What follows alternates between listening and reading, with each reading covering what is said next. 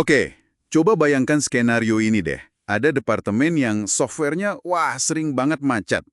Tim IT-nya jadi harus lembur tiap akhir pekan, cuma buat ngeribut server. Kelihatannya kayak solusi cepet kan? Tapi, tunggu dulu. Dalam penelusuran kita kali ini, yang kita rancang khusus buat Anda dari materi tentang berpikir jernih, kita mau fokus ke satu langkah penting yang sering kelewat, mendefinisikan masalah. Contoh server tadi itu, wah klasik banget.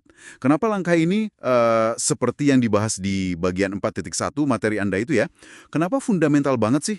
Kita bakal coba bongkar nih, kenapa kita sering tergoda lompat ke solusi, terus jebakannya apa aja, dan gimana sih para pengambil keputusan yang jago itu menghindarinya. Mari kita dalami bareng-bareng. Iya, contoh server itu pas banget. Mengatasi gejala kan itu namanya. Server di-reboot, sistemnya jalan lagi.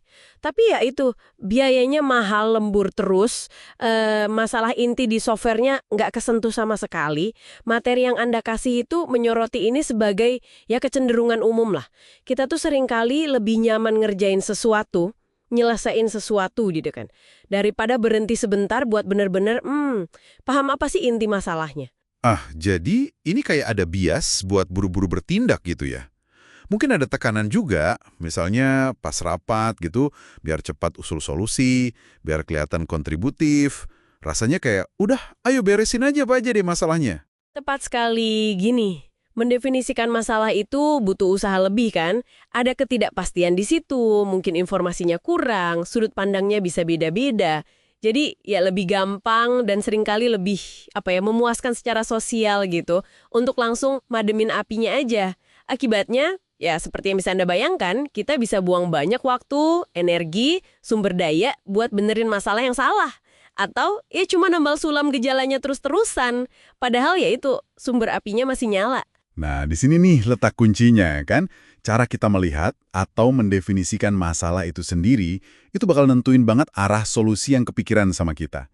Malah materi Anda bilang, kalau masalah udah benar-benar dipahami, solusinya seringkali jadi kelihatan jelas sendiri. Itu menarik banget sih. Betul, dan para pemikir jernih, ini menurut materi ini ya, mereka pegang dua prinsip kunci nih pas mendefinisikan masalah.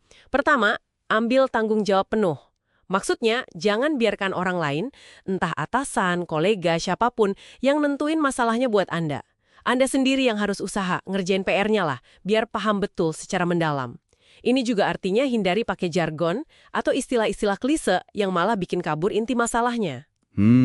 Soal jargon itu bisa kasih contoh nggak?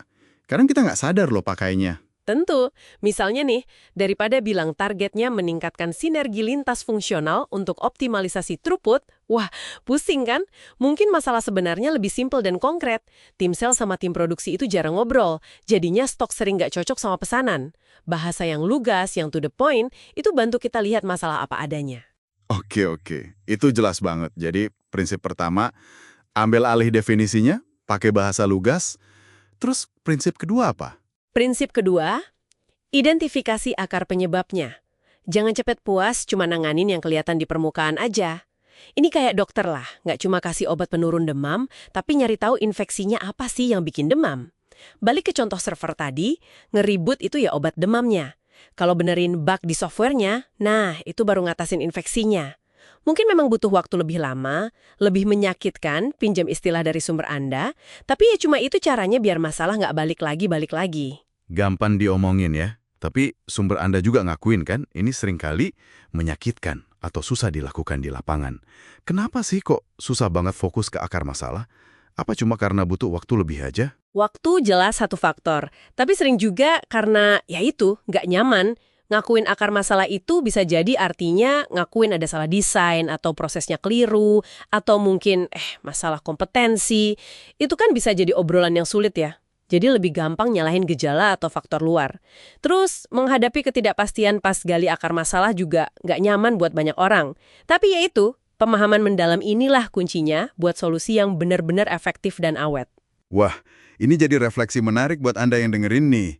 Seberapa sering sih dalam pekerjaan atau mungkin kehidupan sehari-hari, Anda lihat fokusnya cuma di gejala, bukan akar masalah? Mungkin pas lagi coba diet, tapi nggak ngubah pola makan dasarnya. Atau pas tim kerja terus-terusan madamin kebakaran tanpa benerin sistem pencegahannya. Apa sih yang bikin jalan pintas itu kayaknya menarik banget buat Anda? Apa karena tekanan waktu? Atau rasa nggak nyaman buat hadapi masalah yang kompleks? Ya jelas ya, mendefinisikan masalah itu bukan sekedar langkah awal biasa, tapi ini fondasi yang krusial banget. Ini yang bakal ngarahin semua energi dan sumber daya Anda selanjutnya. Godaan buat langsung bertindak itu memang kuat, tapi nahan diri sebentar buat mastiin Anda nembak target yang tepat, wah itu investasi yang sangat berharga. Nah, sebagai penutup nih, coba kita bawa pulang pemikiran ini. Ini terinspirasi dari materi Anda juga. Kalau solusi itu seringkali jadi jelas setelah masalahnya dipahami sepenuhnya. Mungkin tantangan terbesar kita itu bukan nemuin jawaban yang pintar. Mungkin tantangan sebenarnya adalah punya kejernihan pikiran dan mungkin sedikit keberanian ya buat luangin waktu ngerumusin pertanyaan yang tepat dari awal. Kira-kira pertanyaan mendasar apa ya yang mungkin lagi Anda hindari untuk definisikan secara jernih saat ini? Oke, terima kasih sudah menyimak penelusuran mendalam kita kali ini.